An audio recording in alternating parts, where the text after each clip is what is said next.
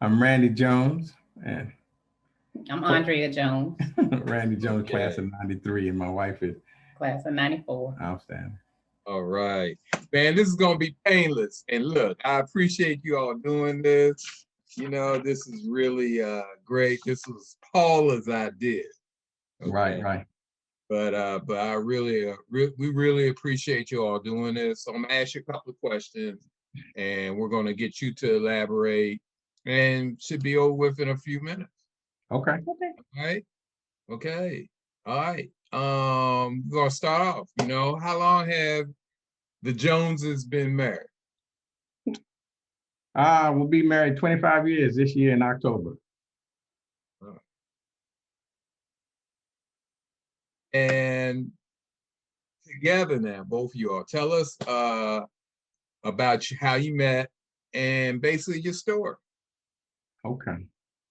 Well, I'll start Okay. so that we'll know who's going to restart and everything. You know, I met Andrea my sophomore year, the beginning of my sophomore year at JMU. I was visiting a buddy of mine, Chuck Corprew. He was an RA over at Hillside. And because he and I used to be in Garber our freshman year, became good friends and got started with bond and a whole lot of other things. You know how it is as you're going through school. And so I was just trying to figure out his new digs because he said he had a room to himself. And I wanted to see what RAs got. And when I walked in there, she was in there with a girlfriend of hers. I guess they lived in, was it Wine Price? Yeah, we just finished moving in the wine price. It was the first day of class, first day of moving in for freshmen. And so we knew Chuck from Black Freshman Weekend. He was on the bus that came to get us for freshman orientation. I don't know what it was, but anyhow, he came up to the DC area to pick us up. And so we were like, oh, well, let's go see him because, you feel like you know somebody. So, so when we got over to the room, Randy was over there. We were just sitting around chit chatting, and Randy was real funny. He was nice and funny. He was the comedian of the bunch. So, Yeah, so I guess we got to thank Chuck for having the destination meetup, so to speak.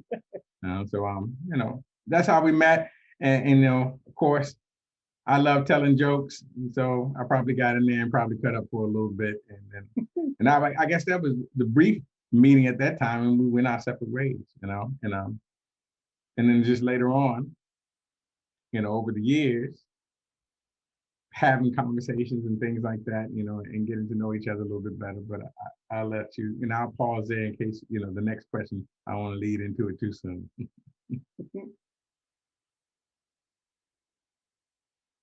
So you met, and then when did you all know that each other was the one? I want Andrea to lead off with you. Good. well, over the years, we talked back and forth on the phone and everything, and when we would see each other, and he would give me advice and stuff for classes and just family things that were going on. It's a death in my family, and he was there to talk to and everything, and so he was just always a nice person. And so we would see each other at the parties and everything. And then the thing that really cinched the deal was when we were at a party at Players. It was sometime it was cold outside, and me and my friend Kim, I mean, we always lit the party up. So we in there sweating and everything, and he shows up and he wants to talk. And so I'm like, well, it's cold outside. I'm not going out there. I've been sweating and everything. And he's like, he takes off his leather coat with the fur around it, and he's like, and throws it over my shoulders, and he says, "Don't worry about it. Just come with me." And I was like, "Oh, okay, all right. This is a public display of affection. Not a problem." Yeah, yeah. So I guess we had a lot of interactions like that. I think I was probably I knew just in the conversations that we had that she was the perfect person for me because being, I guess at that time, pretty popular and having a lot of fun. And me and my friends, we were sort of a little bit, we were the guys from Richmond causing a whole lot of drama from time to time at parties, had a lot of fun though. But, you know, when I would ask her, hey, why don't you hang out? She'd be like, if she had homework, she'd be like, I got to get my work done. I have never had anybody tell me they didn't want to hang out with me. They want to go get their homework done. Now, of course, that's why we're in school, but that sort of attracted me. Nobody really told me no, you know? And so, of course, I might be studying for a midterm and she said, you want to hang out? I'm like, well, shucks, if I don't know it by now, I'm not going to know it. I said, yeah, I'll see you in 10 minutes. But I was just really drawn to the fact that she made me want to be better than what I already was. She made me want to strive for, greater and, better things. And I actually felt like I was trying to keep up with her because she was so studious and so focused and had, her goals and everything.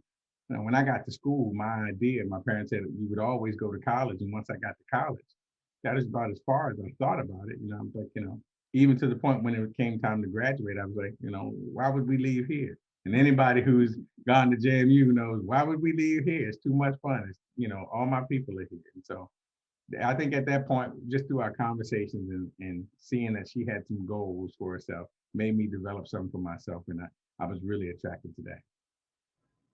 Awesome. Awesome. Where are you all both from? I'm from up here in Northern Virginia, in Alexandria. Yeah, I grew up in Richmond. Yeah. Okay. So my last question for the interview is, what do you feel is the secret of you all staying together? And the advice?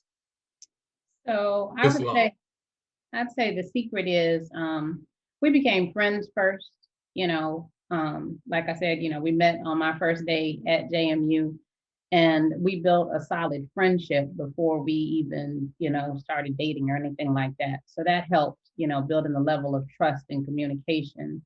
And so that has grown, over time. And even as we've had kids and everything and just gone through life, we've always been able to maintain that friendship where we're able to talk to each other about anything and count on each other, push each other when we need to be pushed, and so it's been, that foundation of friendship has been key. I think it's for me, it's that it never got old and it's always stayed fun. I think as you get older, the only time that I feel older is when I look in the mirror, And nowadays, when we go to restaurants and somebody gives me a receipt and it says senior discount on it, I sort of get mad about it, So we keep it fun, we keep it young. I mean, I don't know how many house parties we have, and our kids are really active.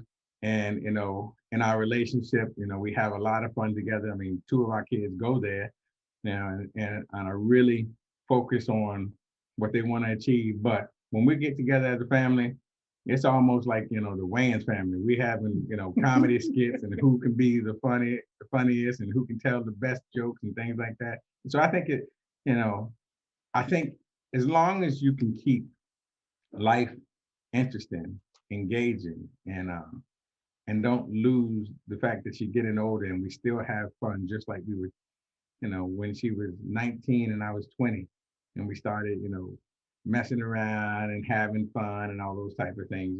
We just continue that. And I think that happens right along with all the other stuff like communication and everything like that. Yeah. Okay. All right. See, that was painless. Yeah. Yeah.